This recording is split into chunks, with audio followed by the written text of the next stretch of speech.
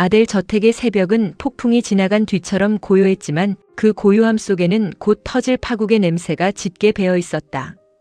비에 젖은 정원수는 창밖에서 검은 그림자처럼 흔들리고 대리석 복도 위로 박태호의 거친 발걸음 소리가 울려 퍼졌다. 회장실도 갤러리도 아델 그룹도 아닌 이 저택 안에서 태호는 처음으로 자신의 왕국이 안쪽부터 썩어 무너지고 있음을 느끼고 있었다. 그 중심에 오정란이 있었다. 아델의 안주인, 갤러리 관장, 욕망 하나로 하녀의 자리에서 회장 부인의 자리까지 기어 올라온 여자. 그리고 이제 태호는 그 여자가 단순히 거짓말을 한 정도가 아니라 자신이 세운 질서를 무너뜨릴 만큼 치명적인 죄를 숨겨왔다는 사실을 알게 된다.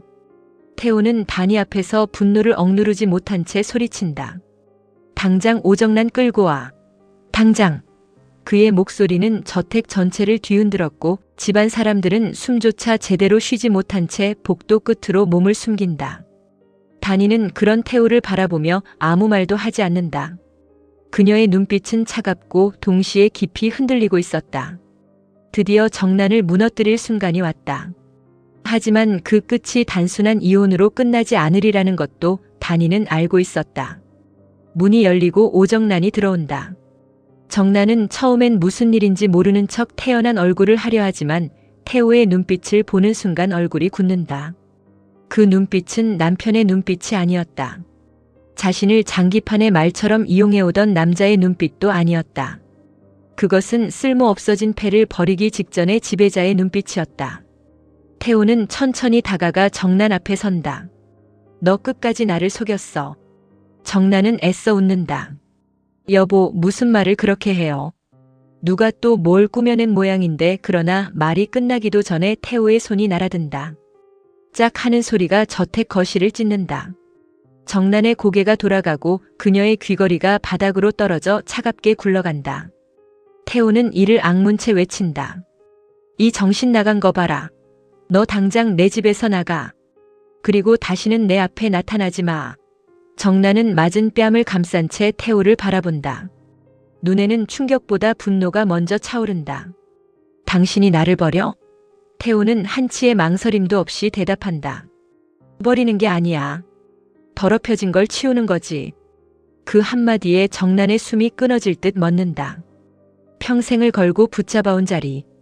독을 먹이고 유언장을 훔치고 명의를 밀어내고 현준을 방패로 삼으며 지켜온 그 자리가 한순간에 발밑에서 꺼져내린다.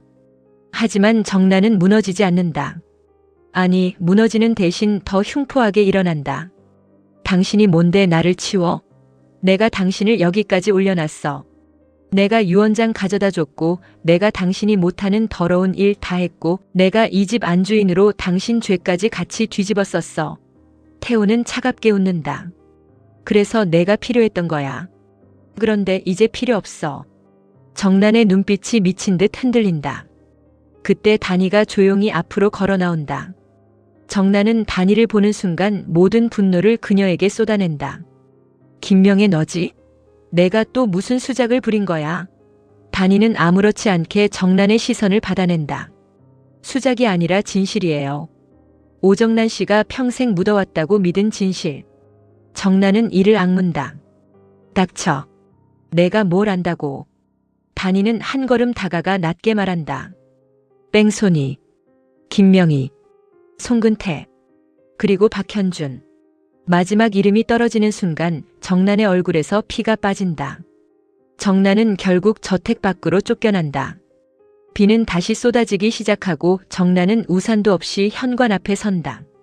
한때 자신이 지배하던 저택의 문이 뒤에서 차갑게 닫히는 소리를 듣는 순간 그녀의 눈에는 눈물이 아니라 불길이 차오른다. 단이는 그런 정란을 따라 나온다. 정란은 비에 젖은 얼굴로 돌아서며 소리친다. 김명희, 너 무슨 수작을 부린 거야? 또.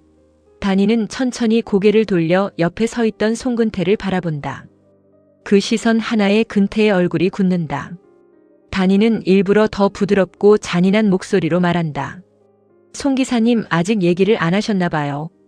현준이가 송 기사님의 아들이라는 걸요.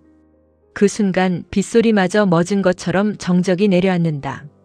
정란의 눈동자가 근태를 향해 천천히 움직인다.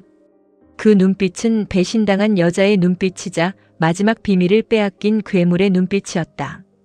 근태는 아무 말도 하지 못한다. 정나는 낮게 웃는다. 너였어? 내가 입을 열었어? 근태는 고개를 저으며 다가가려 하지만 정나는 손을 들어 그를 막는다. 오지 마. 더러워. 평생 내 발밑에서 기어다니던 주제에 감히 내 아들을 내 아들이라고 입에 올려. 근태의 눈가가 붉어진다. 정난 씨, 현준이는 진실을 알아야 합니다. 정나는 미친 듯이 웃음을 터뜨린다. 진실? 내가 현준이한테 줄 수 있는 게 진실밖에 더 있어? 나는 그 애한테 아들을 주려고 했어. 박태호의 이름을 주려고 했고 세상이 두려워하는 권력을 주려고 했어. 단이가 차갑게 말한다. 그래서 그의 인생 전체를 거짓말로 만들었나요? 한편 현주는 무너지고 있었다. 진주를 뒤에서 끌어안은 채 그는 아이처럼 울고 있었다. 늘 가볍게 웃고 능청스럽게 말하고 후계 경쟁 따위 관심 없는 척하던 박현주는 사라졌다. 남은 것은 평생 아버지에게 인정받고 싶었지만 단 한 번도 진짜 아들로 받아들여지지 못한 남자였다. 진주는 그의 팔 안에서 몸을 굳힌다. 현준의 숨은 거칠게 떨리고 그의 목소리는 깊은 절망 속에서 갈라진다. 난 완벽한 살인자의 아들이야. 진주는 천천히 눈을 감는다. 현준이 말하는 살인자는 누구일까? 명희를 죽음으로 몰아넣은 정난인가? 백준기를 죽음으로 몰고 간 태호인가? 아니면 평생 죄를 숨기고 살아온 아델 그 자체인가? 현주는 진주의 어깨에 얼굴을 묻고 중얼거린다. 내가 박태호 아들이 아니면 나는 뭐야? 오정난이 숨기고 송근태가 감추고 박태호가 이용한 그냥 더러운 비밀이야? 진주는 그의 손을 천천히 떼어내려 하지만 현주는 놓지 못한다. 가지 마. 너까지 나를 도구로 쓰고 버리면 나는 진짜 아무것도 아니야. 진주의 눈빛이 흔들린다. 그녀는 복수를 위해 현준을 이용하려 했다. 하지만 지금 그녀 앞에 있는 현준은 도구가 아니라 자신처럼 거짓과 욕망 속에서 인생을 빼앗긴 사람이었다. 진주는 낮게 말한다. 박현준 씨, 당신이 누구의 아들인지가 당신 전부는 아니에요. 현준은 눈물을 흘리며 웃는다. 그 말 내가 하면 너무 잔인해. 넌 백진주라는 이름이라도 되찾았잖아. 난 이제 박현준도 아니야. 민주는 그런 두 사람을 멀리서 바라본다.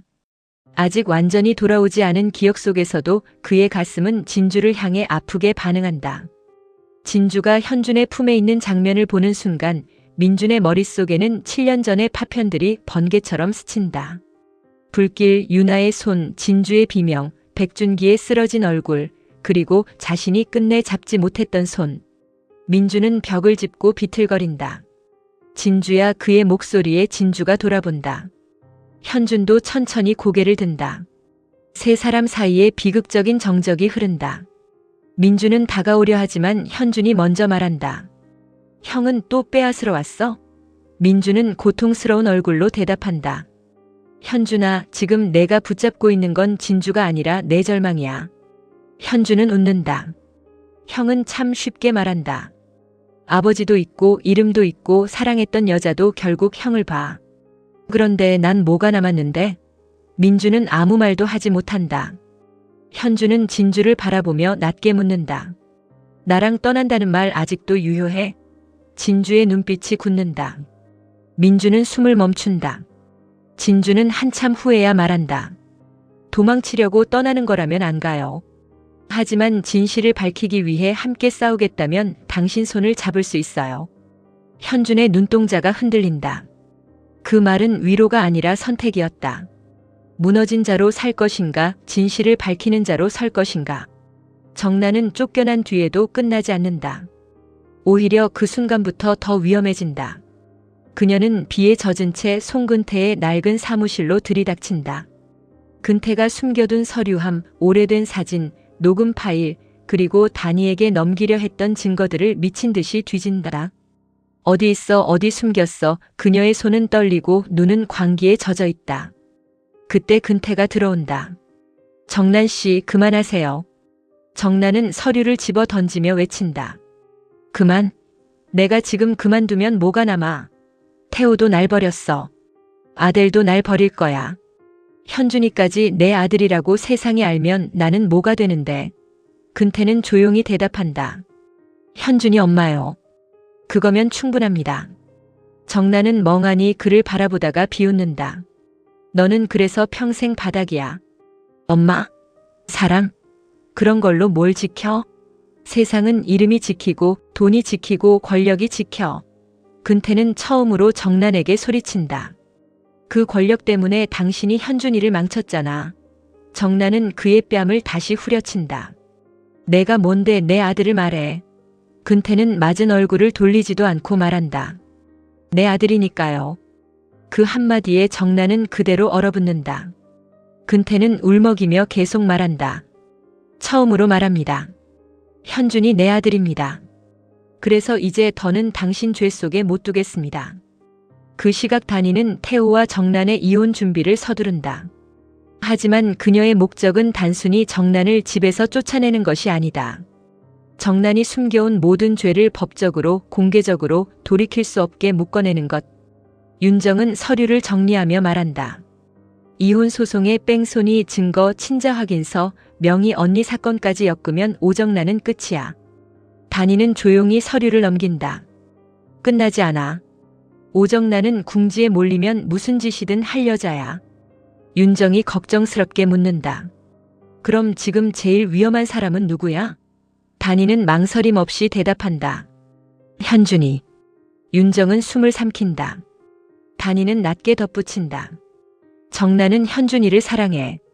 하지만 그 사랑이 정상적인 사랑이 아니야. 자기 죄를 덮기 위한 마지막 성벽이야. 그 성벽이 무너지면 현준이를 데리고 같이 무너지려 할 수도 있어. 윤정은 충격의 말을 잇지 못한다. 설마 단이의 눈빛이 차갑게 굳는다. 오정나는 충분히 그래. 태호는 쫓겨난 정난을 다시 들이지 않는다. 그러나 그는 정난의 몰락을 보며 만족하지도 않는다. 정난이 쫓겨났다는 것은 곧 자신이 숨겨온 죄의 일부가 외부로 새어나갈 수 있다는 뜻이기도 했다. 태호는 강 실장에게 명령한다. 오정난 감시해. 누구를 만나는지 뭘 빼돌리는지 현준에게 접근하는지 전부. 강 실장이 묻는다. 송근태는 어떻게 할까요? 태호의 눈빛이 차갑게 빛난다. 입이 열린 개는 오래 두면 물어. 그 말은 사실상 제거 명령이었다. 강 실장은 고개를 숙이고 물러난다. 그러나 문 밖에 숨어있던 옥집사가 그 말을 듣는다. 그녀는 조용히 뒤돌아선다.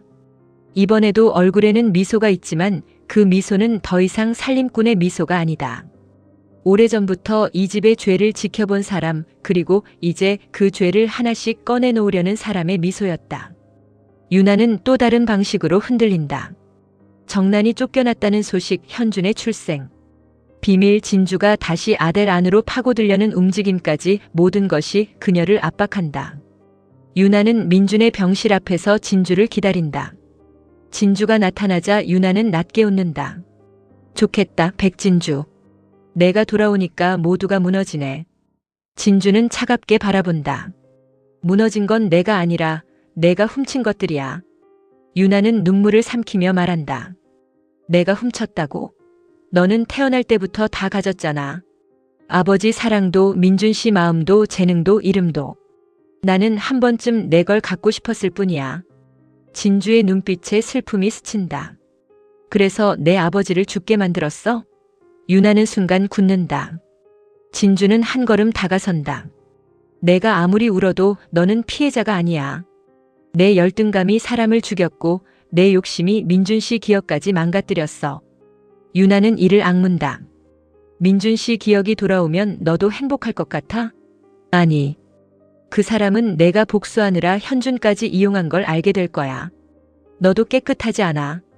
진주는 잠시 침묵한다. 그 말은 아팠다.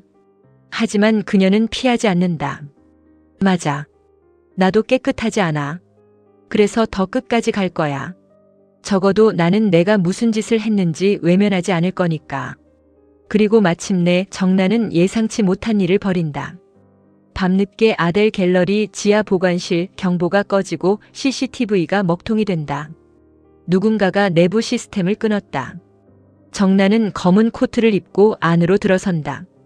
그녀의 손에는 오래전 명의 사건과 백준기 사건의 연결고리를 담은 자료가 들어있다. 그녀는 그 증거들을 없애려 한다. 아니, 단순히 없애려는 것이 아니다. 아델 전체를 혼란에 빠뜨릴 마지막 패를 꺼내려 한다. 정나는 금고 앞에서 떨리는 손으로 비밀번호를 누른다. 다 같이 죽자. 나만 버리고 너희가 살 수 있을 줄 알았어? 그 순간 뒤에서 옥집사의 목소리가 들린다. 사모님, 또 불을 지르시려고요? 정나는 소스라치게 놀라 돌아선다. 옥집사가 어둠 속에서 걸어 나온다. 정나는 이를 악문다. 너 그날도 봤지? 옥집사는 천천히 고개를 든다. 봤죠. 김명애 씨가 쓰러지던 것도, 사모님 손에 묻은 것도, 그리고 송근태 씨가 현준 도련님을 안고 울던 것도. 정난의 얼굴이 일그러진다. 그 입 다물어. 옥집사는 미소를 지운다. 너무 오래 다물었습니다. 마지막 1분 모든 장면이 빠르게 교차된다. 단이는 이혼 서류를 들고 법무팀으로 향하고 태호는 강 실장에게 송근태를 치우라는 명령을 내리고 근태는 현준을 찾아가 처음으로 진실을 말하려 한다. 진주는 민준의 병실 앞에서 흔들리는 마음을 억누르고 민주는 기억의 파편 속에서 백진주의 이름을 다시 붙잡는다. 유나는 민준의 차트를 빼돌리려 하고 옥집사는 오래된 녹음 파일을 단이에게 보내려 한다. 그리고 정나는 갤러리 지하 보관실에서 마지막 버튼을 누른다. 경보음이 울리고 스프링클러가 터지며 어둠 속에 붉은 비상등이 깜빡인다. 단이의 휴대전화에 한 장의 영상이 도착한다. 화면 속 젊은 오정나는 피 묻은 손으로 외치고 있다. 명의만 없어지면 돼. 그 아이만 내가 가지면 돼. 단이는 숨을 멈춘다. 언니, 그때 현주는 송근태 앞에 선다. 비에 젖은 골목, 근태는 떨리는 목소리로 말한다. 현준아, 내가. 그러나 말을 끝내기도 전에 어둠 속에서 차량 헤드라이트가 번쩍인다. 단이가 소리친다. 송근태 씨. 굉음과 함께 화면이 흔들리고 현준의 절규가 밤을 찢는다. 아버지. 바로 그 한마디에 정나는 갤러리 안에서 무너진다. 그리고 암전 직전 박태호의 차가운 목소리가 낮게 깔린다. 오정난이 쫓겨난 게 끝이라고 생각했나? 진짜 지옥은 이제 시작이야.